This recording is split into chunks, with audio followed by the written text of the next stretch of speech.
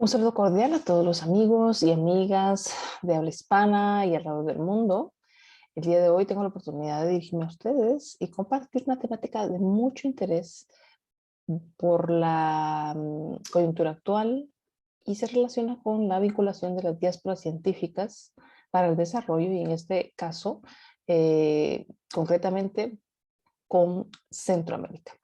Mi nombre es Cleisy Bonilla y voy a tener la oportunidad de compartir con ustedes una temática, como les mencionaba, que pues me motiva a mí en lo particular como guatemalteca, como centroamericana y también como parte de esa diáspora científica. Así es que voy a compartir con ustedes esta pantalla agradeciendo sobre todo a la OEI y su eh, representación en Guatemala porque me ha hecho esta invitación y pues como les mencionaba con la temática que les compartiré en los próximos 20 minutos, particularmente siendo parte de la Organización de Mujeres en la Ciencia para el Desarrollo del Capítulo Nacional de Guatemala. La temática, les reitero, es diplomacia científica y vinculación de la diáspora científica centroamericana. Y esto es parte de la noche de las y los investigadores en esta tercera edición 2022, agradeciendo de nuevo la invitación porque estuve en el 2021 y ahora pues también es un gran privilegio estar con ustedes compartiendo la temática. Les mencionaba 20 minutos para compartir algunas de las reflexiones personales y por supuesto también resultados de investigaciones en los que hemos estado involucrados e involucradas, de hecho, 2021-2022. Ahora les comparto. Y tenemos que partir por identificar qué es la diplomacia científica. Sin duda, es una terminología que no es muy utilizada en literatura en el caso de América Central compuesta por 6 países en el istmo centroamericano, y por su orden, digamos, geográfico, si nos ubicamos en el norte de América, del continente americano, tenemos, por supuesto, Estados Unidos, bueno, está Canadá, Estados Unidos, México. Luego viene el istmo centroamericano, que empieza con Guatemala, El Salvador, Honduras, con quienes comparte territorio. Luego tenemos Nicaragua, Costa Rica y Panamá. Y esta terminología, ¿no? Diplomacia científica que les mencionaba no es de un uso popular y sin embargo sí se relaciona con la migración, aunque yo les menciono en esta diapositiva que el término migrante centroamericano está muy cargado por las décadas de movilización eh, económica, de la migración en cierta manera vulnerable, digamos en todo sentido, y también esa migración económica de una población en general con poco o limitado desarrollo académico. En este caso nos enfocamos en la migración de personal de guatemaltecos, centroamericanos en general, hondureños, salvadoreños y nicaragüenses, costarricenses y panameños, pero que tienen alta formación y en general se dedican a actividades de investigación científica. Y en ese sentido es importante hacer la diferencia en esa migración. ¿Qué tipo de migración hay? A grandes rasgos, migración permanente o semipermanente. La movilidad entre científicos y científicas es alta.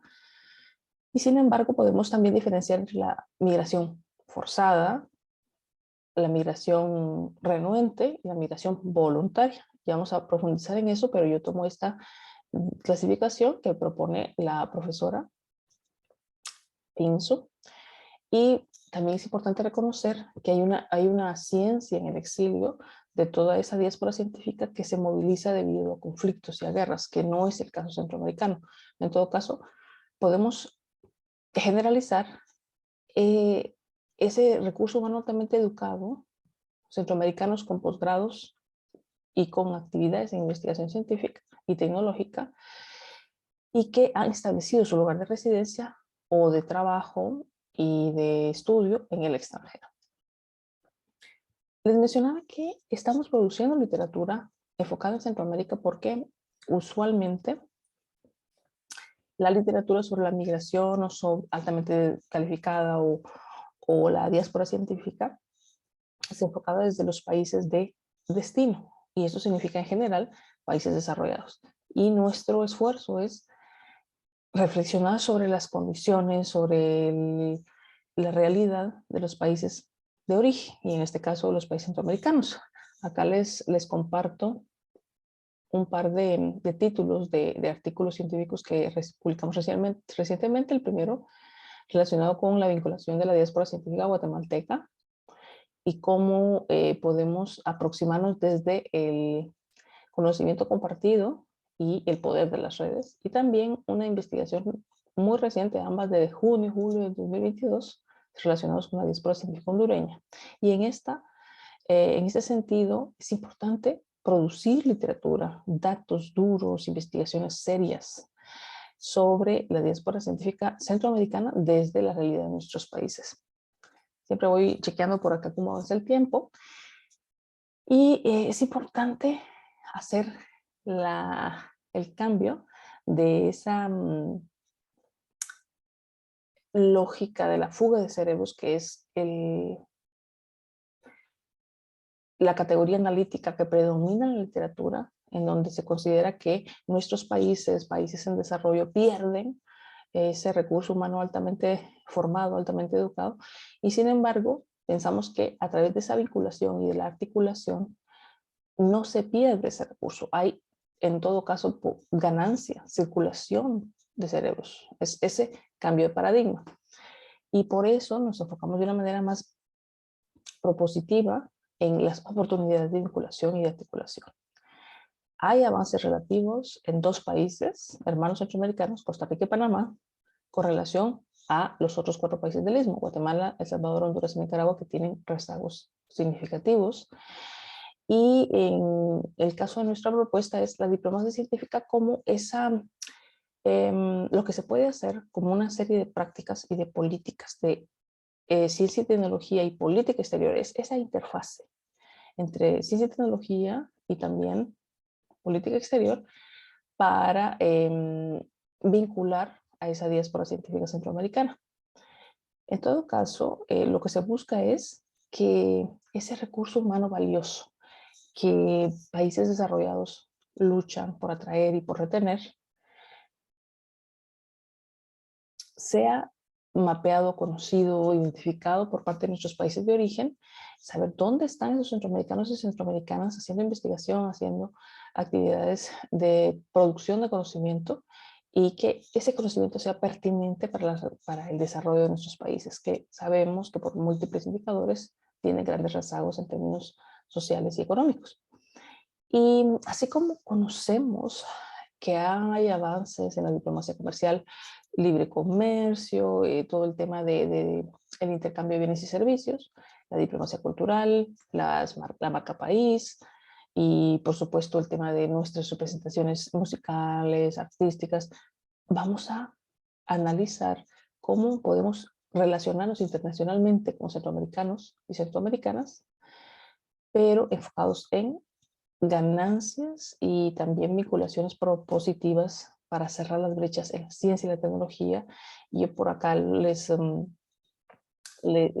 comparto el tema de la diplomacia científica de la cuarta revolución industrial, mis disculpas por el typo ahí, y cito acá a Karina Aquino, hondureña, que ha hecho esta propuesta sobre cómo en el siglo XXI la diplomacia tiene que ir más allá, ser más creativa. Las relaciones diplomáticas entre países, aquí enfocados en ciencia y tecnología.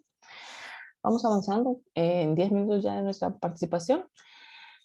Hay barreras, hay desafíos para esa vinculación de la diáspora científica. La primera es la falta de datos, la falta de conocimiento, quiénes son, dónde están, quiénes son esos guatemaltecos, centroamericanos en general, pero como mencionábamos, salvadoreños, hondureños, nicaragüenses, costarricenses y panameñas haciendo investigación generalmente en países desarrollados.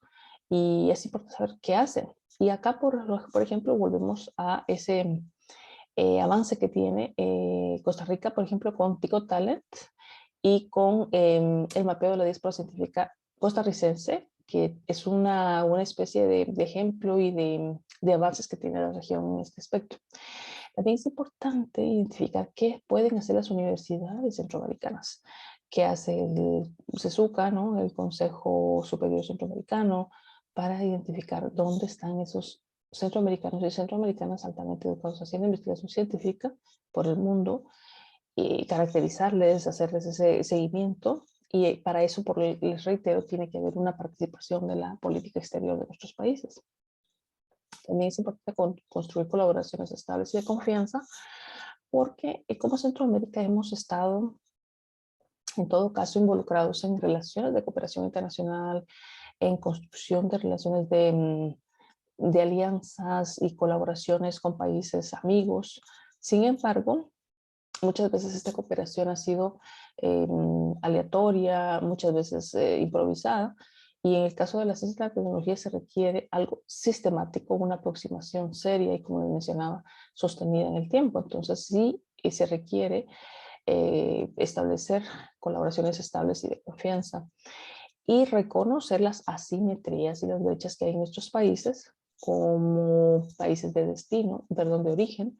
Nosotros salimos de nuestros países muchas veces a formarnos con becas internacionales porque no tenemos universidades o instituciones de educación superior competitivas a nivel mundial. Y por supuesto, vienen las decisiones de vida, donde nos establecemos y nuestras carreras, donde se pueden desarrollar y debido a las brechas de capacidades humanas, institucionales, de infraestructura y de financiamiento, hay una alta posibilidad que seamos invitados a residir, trabajar y producir conocimiento fuera de nuestros países de origen. Y eso es importante, reconocer esas asimetrías y esas barreras para poderlas, digamos, resolver o por lo menos reducir o mitigar. Hay esperanza, vemos avances importantes partiendo por el ejemplo que da Panamá a nivel regional, que ha diseñado y compartido su estrategia nacional de diplomacia científica y con sus luces y sombras hay muchos desafíos, pero también muchos avances. Es importante como centroamericanos y centroamericanas reconocer y aprender de estos ejercicios. Y muy importante, en este 2022, el primer curso centroamericano de diplomacia científica totalmente en español, promovido por la Universidad de Costa Rica, y en alianza con UNESCO, su oficina en San José, UNESCO en el caso de Guatemala también, y las oficinas u organismos públicos enfocados en políticas científicas y tecnológicas del Istmo. Eso es importante reconocer esos avances porque se da esa vinculación entre diplomacia, como les mencionaba, y políticas de ciencia y tecnología. Y también promover una mayor participación de la ciencia y la tecnología en la integración centroamericana. Hay instituciones de cobertura regional, empezando por el Parlacén, por supuesto, el Parlamento Centroamericano, que tiene una comisión encargada de educación, cultura, deporte, ciencia y tecnología. Es algo kilométrico el nombre, pero es importante saber qué están haciendo y divulgar y también cómo acercarse a esta institucionalidad regional. Por supuesto, los avances que ha hecho el Sistema de Integración Centroamericano, SICA, y su relacionamiento, como mencionaba en minutos anteriores, con el CESUCA, en entrenamiento y en colaboración, en un caso concreto, con la cooperación canadiense, IDRC, que procura generar más relacionamiento a nivel de redes con la comunidad científica centroamericana, con las universidades, y por lo tanto un actor que es importante traer a la mesa es a los ministerios de Relaciones Exteriores de los 6 países centroamericanos. Acercándonos ya hacia el final, me gustaría también cerrar con una nota muy optimista por el establecimiento, en este caso, de capítulos nacionales de la Organización de Mujeres en la Ciencia para el Mundo del Desarrollo, OST, que es un programa de la UNESCO que existe desde hace 30 años, pero que es hasta el 2020 que empieza a establecer secciones nacionales en países centroamericanos. Guatemala, El Salvador, Honduras y Nicaragua cuentan con sus comunidades ya establecidas, y les menciono este caso particular porque se enfoca en un grupo doble o triplemente excluido, que son las mujeres centroamericanas, porque sí, en general, científicos y científicas se enfrentan a barreras, a desafíos, les mencionaba anteriormente, las brechas de capacidades científicas y tecnológicas con países desarrollados. En el caso de las mujeres enfrentamos en Centroamérica desafíos adicionales relacionados con el condicionamiento social, con múltiples brechas de género en la ciencia centroamericana. Y en el caso de Costa Rica y Panamá, aún están avanzando con la construcción de sus comunidades porque pues, los actores institucionales, en el caso costarricense y panameño, son más diversos. También tienen organizaciones de mujeres, pero en el caso particular de la OST está creciendo de una manera más lenta en Costa Rica y Panamá, mientras que en Guatemala es vibrante. Son casi acercándose a 500 integrantes, en este caso de la comunidad OST en Guatemala, en El Salvador también avanzando casi 70, en Honduras son más de 100, 130 casi, y Nicaragua, que es el país que más recientemente se constituyó, tiene ya más de 30 integrantes. Y en este caso son mujeres centroamericanas haciendo investigación científica. Y les menciono esta comunidad particular porque tiene un enfoque especial para vincular a esa diáspora científica femenina centroamericana, porque es un fenómeno importante, valioso, de estudiar cuántas mujeres centroamericanas se forman y consiguen destacar en las investigaciones, en las actividades científicas a nivel mundial, y esos países no han encontrado necesariamente las condiciones para destacar y para, digamos, brillar, pero lo logran hacer en países de establecimiento, con nuestros países de origen, pero también es tender puentes con nuestros países de destino. Y en ese sentido, voy cerrando al compartirles que en cierta manera he podido ser más efectiva en mi caso particular para Guatemala